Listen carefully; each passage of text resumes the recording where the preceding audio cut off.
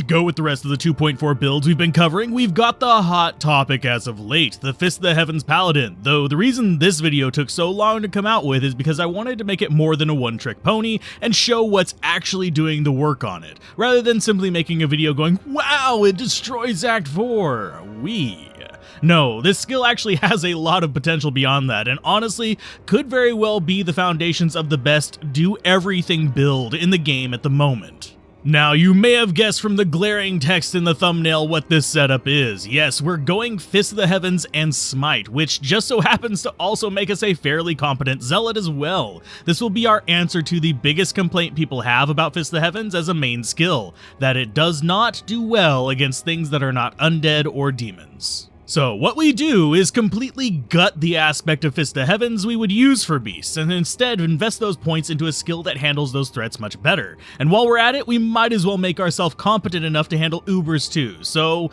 how do we spread that out? Well, first, the most obvious thing is of course Fist of the Heavens, since it will splash out a massive array of Holy Bolts, and we also want to synergize those in particular, so let's invest in Holy Bolt itself as well, which conveniently you can do while leveling, and even afterwards it's a great tool for dealing with single targets Fist kinda struggles with, or for shooting down narrow passageways like Bone Spear. But that is the limit of what we invest in Fist of the Heavens, since the Lightning Bolt itself is not worth the extra effort. So instead we shift over with our massive pile of remaining points and invest in our token Holy Shield, because we are going to be getting in and close to the enemies in the end whenever we go hybrid, and we want that easy block, not to mention it boosts smite damage fairly well, and alongside that we invest in Fanaticism to guarantee our attack speed is kicking butt and taking names. It also helps us hit more often when we use Zeal, but is mainly there to make sure Smite hits those good frame rates. With the rest of the points, I would actually get a single point in Meditation to keep your mana up, since you don't need Fanaticism when you're casting Fist of the Heavens,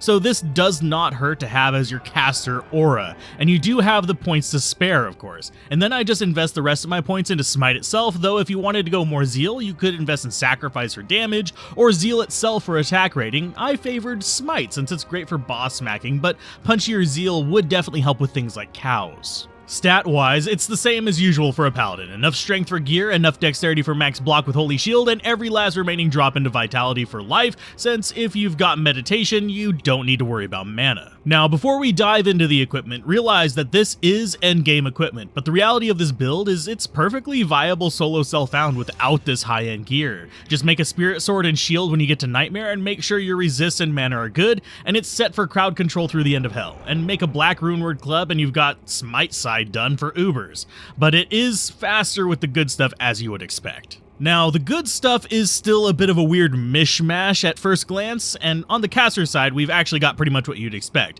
with Heart of the Oak, since it's got great plus skills, faster cast and resist, all in one wonderful package, and for my setup, I paired it with an Herald of Zakarum, since we have the gear to reach the 10-frame cast, though if you don't have a solid caster amulet, you could use a Spirit here to make up the gap, with only a small loss in potency. On the combat end, I'm using the cream of the crop, a Grief Phase Blade for speed and power, since damage plus effect does actually impact shields for smite, and an Ethereal Exile with resist just to help us from going negative, since I'm not loading up on resist charms for this guy and we have to mix and match our caster and melee gear, though you could also cover those gaps with your amulet and boots to an extent. For the non-swap gear, we'll start at the top with Guillaume's Face.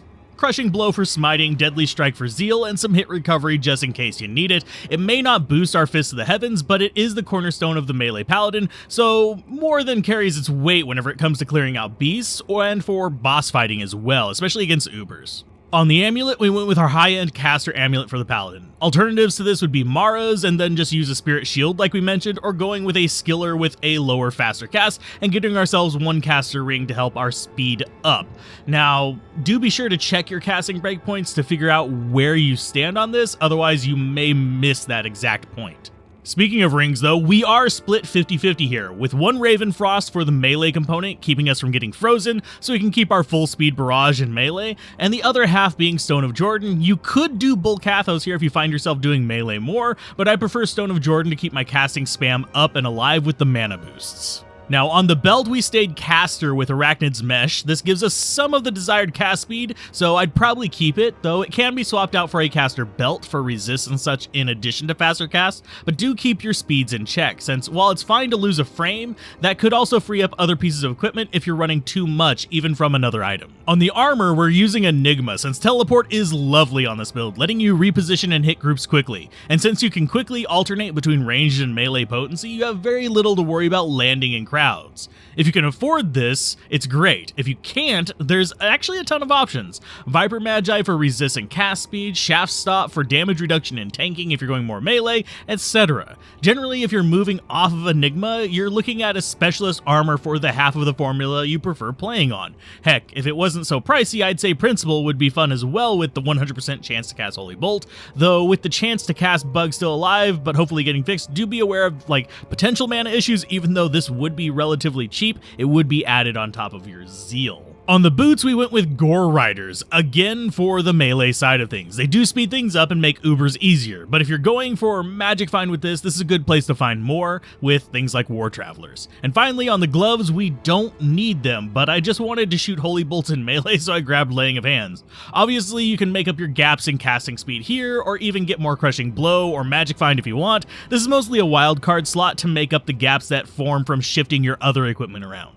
On the charms, I am combat charm oriented to keep that Holy Bolt damage high. We already do enough work with Zeal and Smite that we don't need to bump that up here. That way we can get away with focusing on maximizing that Holy Bolt damage. And in regards to the Mercenary, it can be anything you want, from getting meditation from an Insight Act 2 Mercenary so you don't need to worry about flashing your own while teleporting around, to a Might and Pride Mercenary to give you more melee damage. Heck, you could even go an Act 3 Enchant Mercenary to make your Zeal more fun if you're feeling really spicy and needing to be different. Though for me, I wanted to see more of the new Act 5 Frenzy Mercenary, so I over-tweaked him beyond all recognition with Last Wish, Grief, a Fortitude, and a Vampire's Gaze. He's a beast, but generally speaking, if you can equip him like that, you're not really looking for a guide. That said, a cheap alternate version of the Act 5 Mercenary would be Dual Lawbringer with some resist armor and a Leech Helmet, and he'll do just fine, and fill in the same niche as an Act 2 Reaper's Toll Mercenary. Overall, do I think the Holy Bolt Paladin or Fist of the Heavens Paladin is overpowered?